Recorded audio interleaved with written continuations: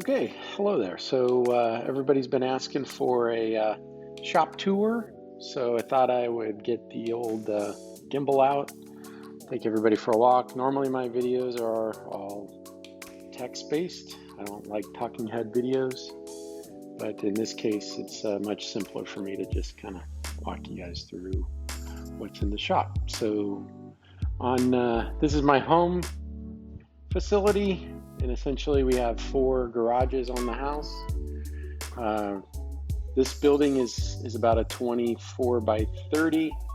It's what I would call the shop. It's where I have all the shop equipment, and this is where most everything happens. Out front we have the wash bay. I'll take you through that, but let me just spin around here and we'll come on in from the garage door. You can see it's got a 2-door opening. Over here I've got my temporary air system, just an old compressor. We're going to be doing something a little bit nicer there. We'll be able to run dry ice at the house. I've got an ICS machine coming, which is a low-end dry ice machine, in addition to the one we have down at the big shop. Then you can see we've got my work table. So a buddy of mine built this for me. It's a 4x8 sheet of steel with nice big casters. The cool thing is you can kind of store everything on it. You can beat the shit out of everything on it, and you don't have to worry about getting any damage. Got my vise mounted to it. Eventually I'll get my grinders mounted here. You can see my old drill press that was in my dad's garage. And then you can see my projects I got laid out. So been working on the TRX, putting the base plates on and getting that ready to be towed behind the motorhome. Baja Design lights, I've got them mounted. I've got to get some wiring done. I've got pressure washer hose for the boom pole that's got to go in. And then I've got a full strut suspension for the 993. It's got a leaking front damper, so we've got to take care of that. And then over here, my son's got a GX 470 that needs a 2.5-inch lift, so we've got the King shocks ready for that. That'll be later this week. So lots of projects to do, keeps us busy. This is kind of the working area of the garage. You got a bend pack asymmetrical low profile lift. Love it. It's custom in black, not in gray. That's probably a little bit more rare. And then the sonic tool array. This is where all of my sonic tools are stored. And we've got, these nice big top drawers, screwdrivers, wrenches, cutters, and then the next few drawers are sockets.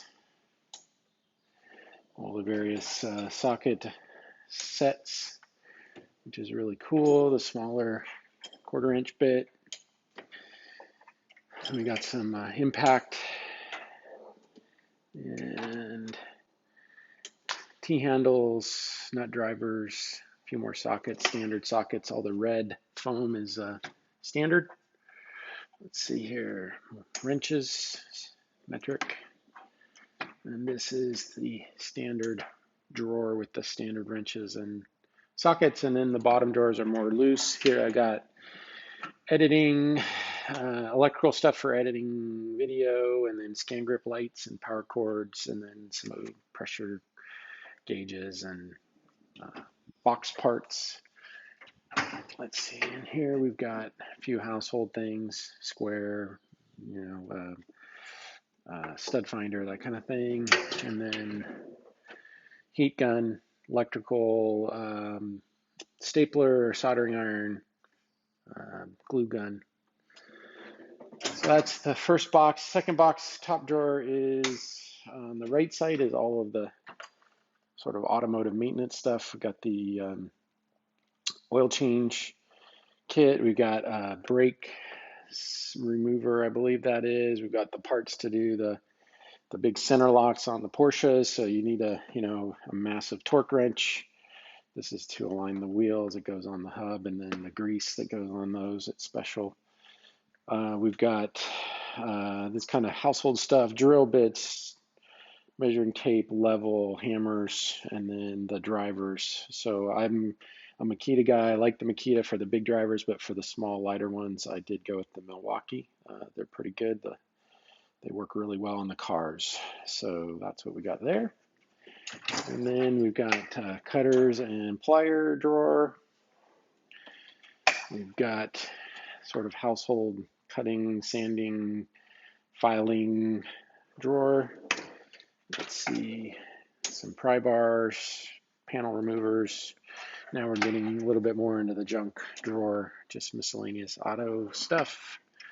And then punches and hammers, clamps, stuff you always need.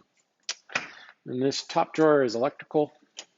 A bunch of electrical stuff in there. Next one down is my tap and die set. Always need that. And then some various pullers, tools.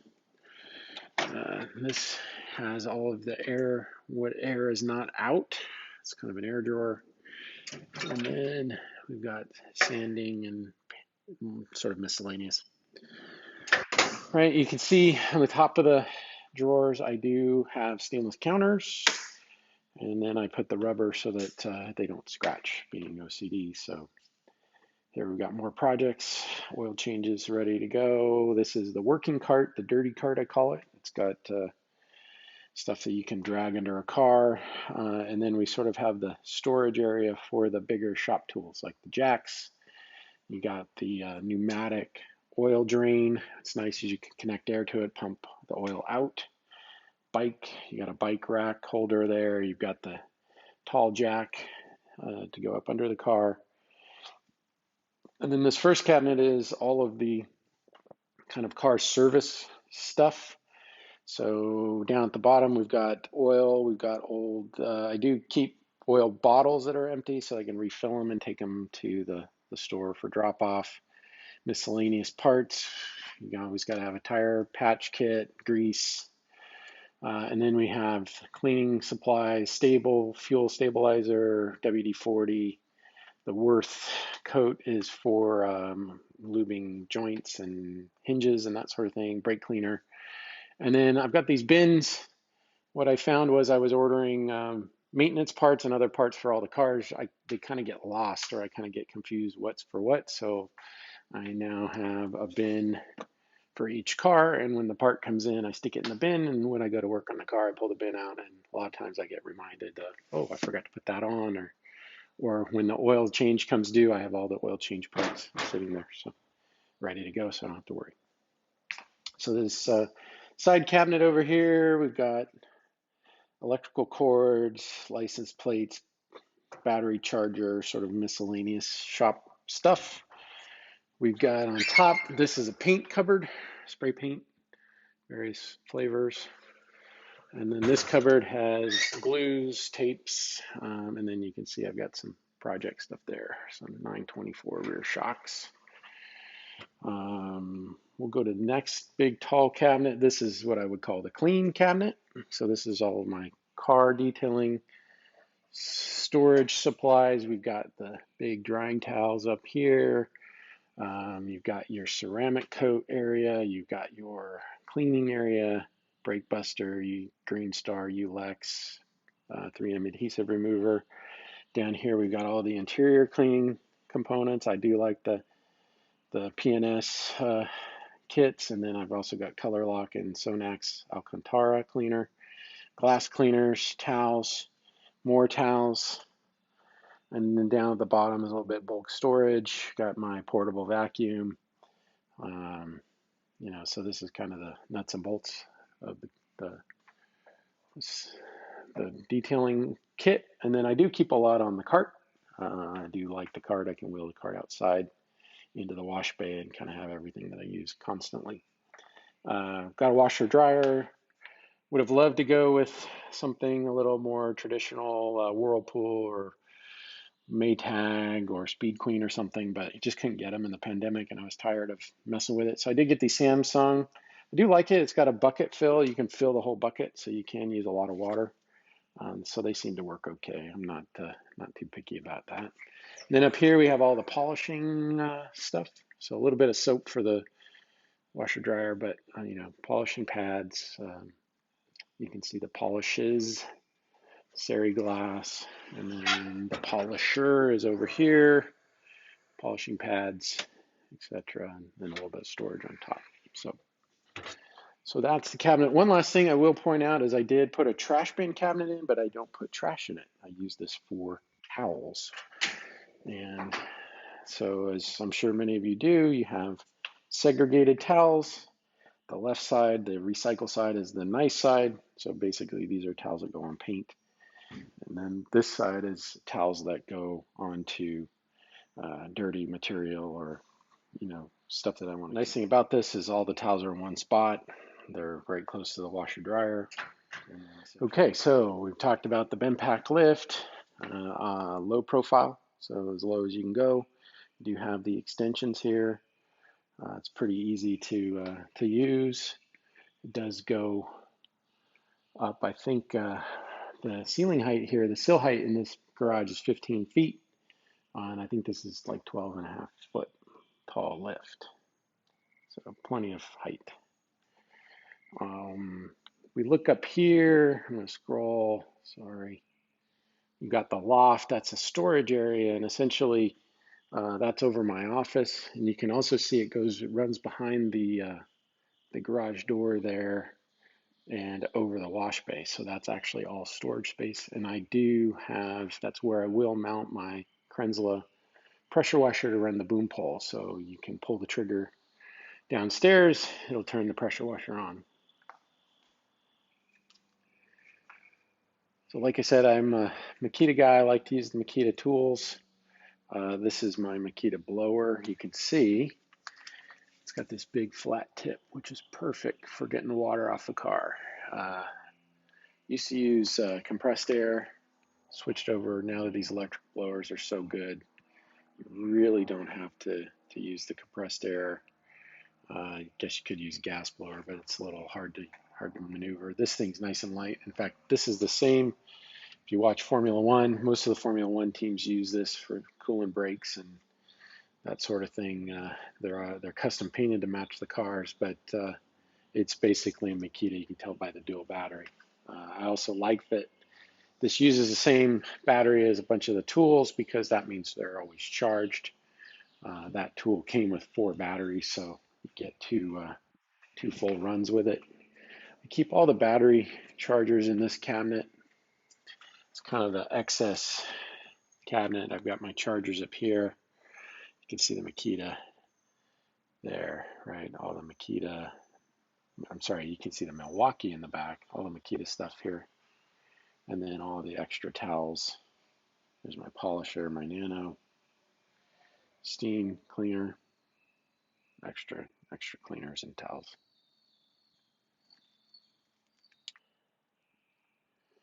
You can also see I do use the LiftMaster. I think those are like 8100 jack screw openers. All the garage doors have that. Also have the Cox reel. Not a big fan of that reel. It seems to be too slow. I would have probably done something different. For the price, I'm not sure they were worth it. But you can see I also have a rear door. It's a little bit windy today, so we'll get a little bit of noise, but I'll open it up so you can see out the back.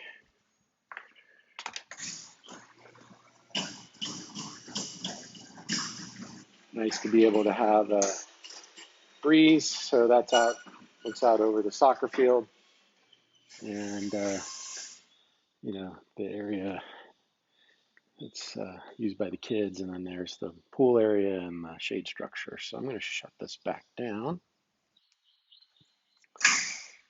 So we'll talk about the cars in this garage. I don't keep all the cars at the house. I do have an industrial building. That's where we do the dry ice cleaning.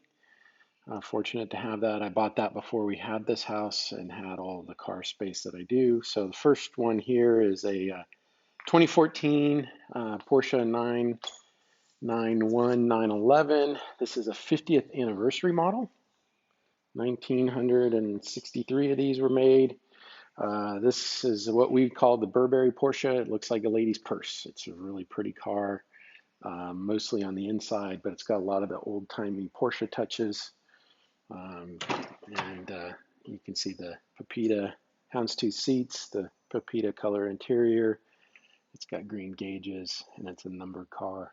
It's also the same as a GTS. These came out the year before the GTS was launched, so it does have an X50 power kit. Makes 450 horsepower. It's a Jekyll and Hyde car. It can be really smooth and easy going, or it can get mean and nasty when you want it to. So it's really a cool car. The Guards Red car, 993 Carrera 2, 1996. This is a pretty unique narrow body Carrera. Most folks with 993s get the 97 and 98 models with the wide body. I like this car. It's a narrow body, feels more like a traditional 911. But this car happens to have the Aero Kit 1 option, which is at the time was like a $7,000 or $8,000 option on a $50,000 car. Pretty significant, especially considering this car is kind of a strippy. It only has, I think the only options were like a cassette deck, a sunroof, cruise control, and then the spoiler package. So it's kind of an oddball order. I went ahead and put the true RS Speedline wheels from Porsche out of Germany. These are new old stock. You can see these are marked Speedline by Porsche. It's a really cool addition. Makes this car look really sharp, in my opinion, for just being sort of a regular old narrow body 993. I did have the opportunity to show this car at Luftgekühlt in 2019 on the back lot of Universal Studios. So that was a lot of fun. It's fun to be there. Great show. And then we've got my newest Porsche, which is a 2018. This was a paint to sample custom order GT3. This is a 4-liter manual car. Birch green is the paint to sample paint. And it sort of matches the logo of R20 Motorsports. And that's kind of our signature color. Really like it. I went and there's a company called P1 Designs out of Dallas that does these inserts. They're really good. This fabric is actually out of like a 74 914, so it's a true Porsche fabric. And then this car has painted slats, which I think really look good. I wanted a little splash of green in here, to break up the black, but I didn't want all the painted trim because the carbon trim in these cars looks really good. So wanted to keep that. It's a manual car, very fun. Don't drive it enough, but got too many cars, so that's the problem. When you got too many, don't get to drive them enough. So that's the shop. Here's the wash bay. This is probably, it's nice to have a big shop, nice to have lots of garage space, but the wash bay is the ticket. I love it. This is where I spend a lot of time. A lot of projects get done out here. You can see I've got a slot drain.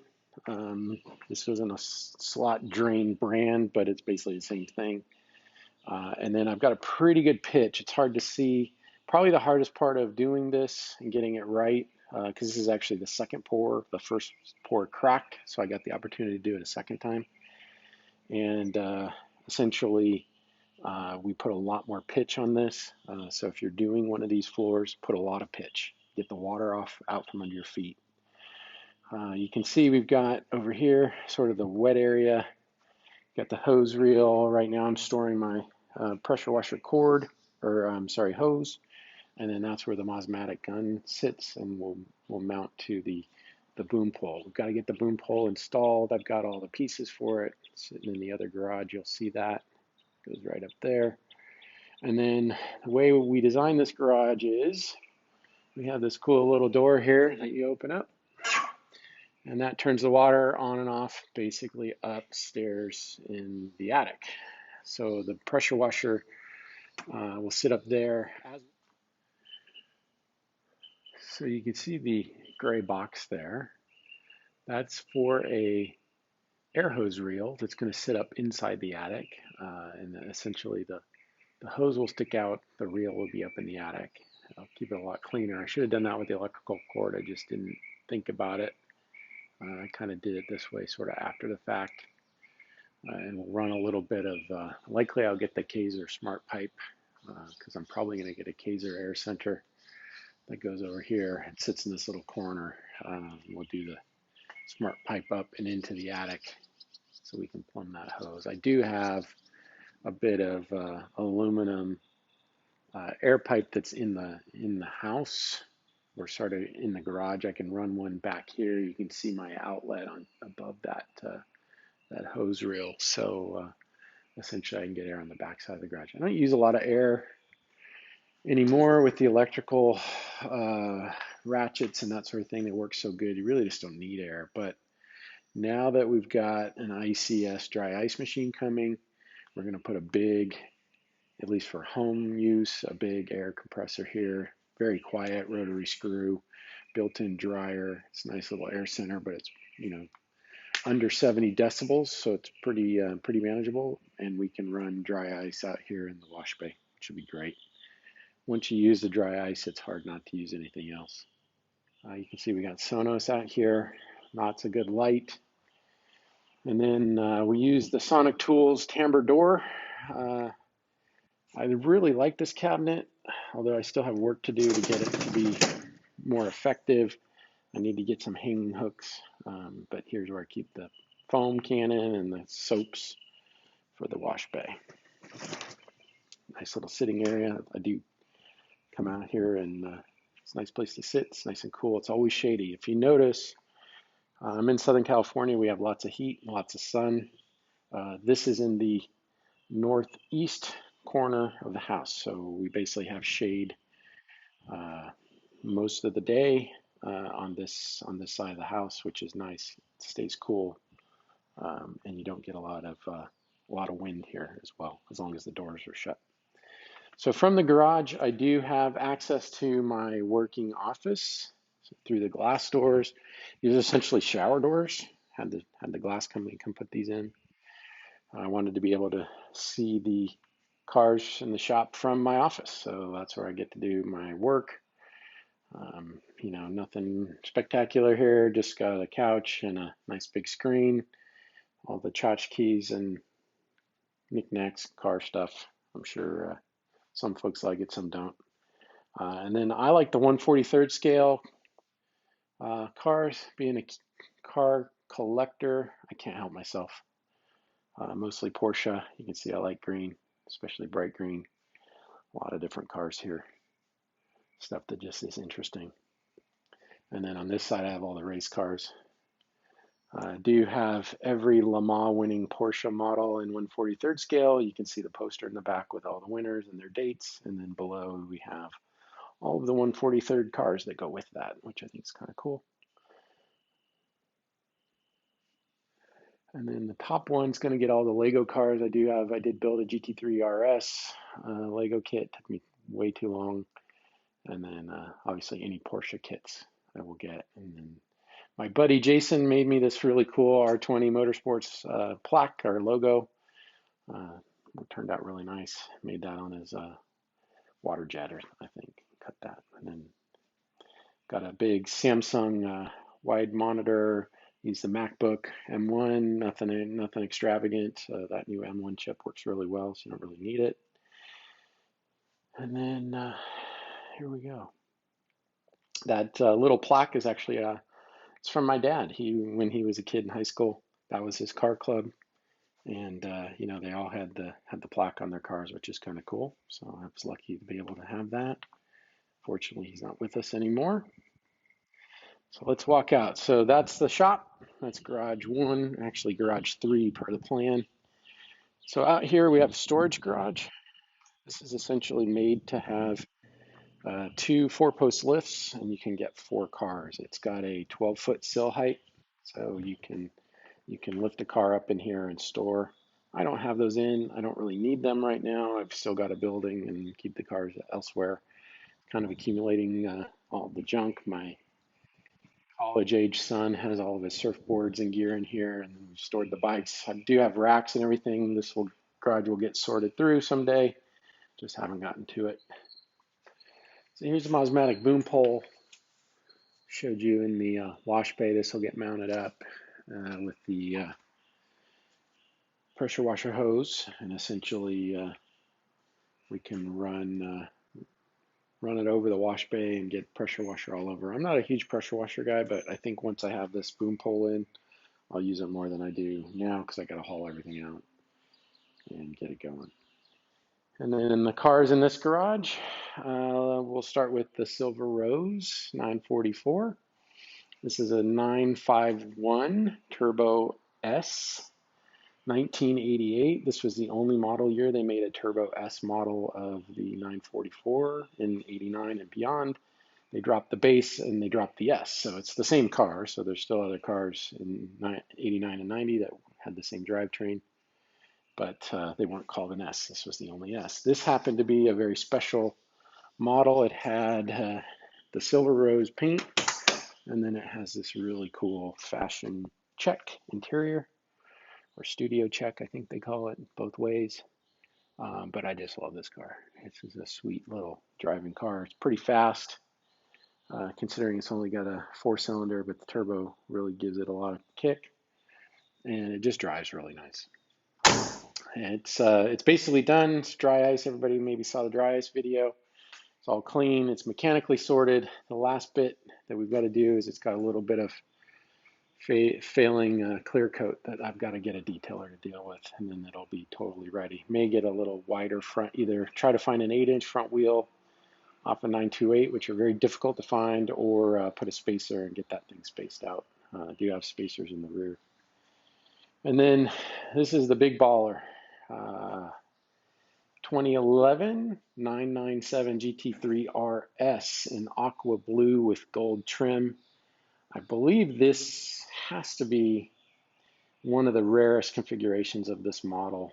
They came in white, blue, and seal gray. Most of them were white, a lot of seal grays because that was the launch color, and the blue just kind of got left behind. But this color combination is really cool.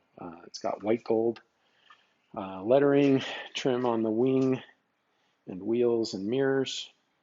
And then the aqua blue just really pops. You get this beautiful carbon fiber spoiler. This car I bought new. And my sales guy was down there to buy a GT3, a white one, and this was sitting on the floor. And sales guy's like, you gotta buy the RS. And at the time I was like, I don't track, but you know, it was actually the best decision I ever made, because this car has really turned out to be quite something special.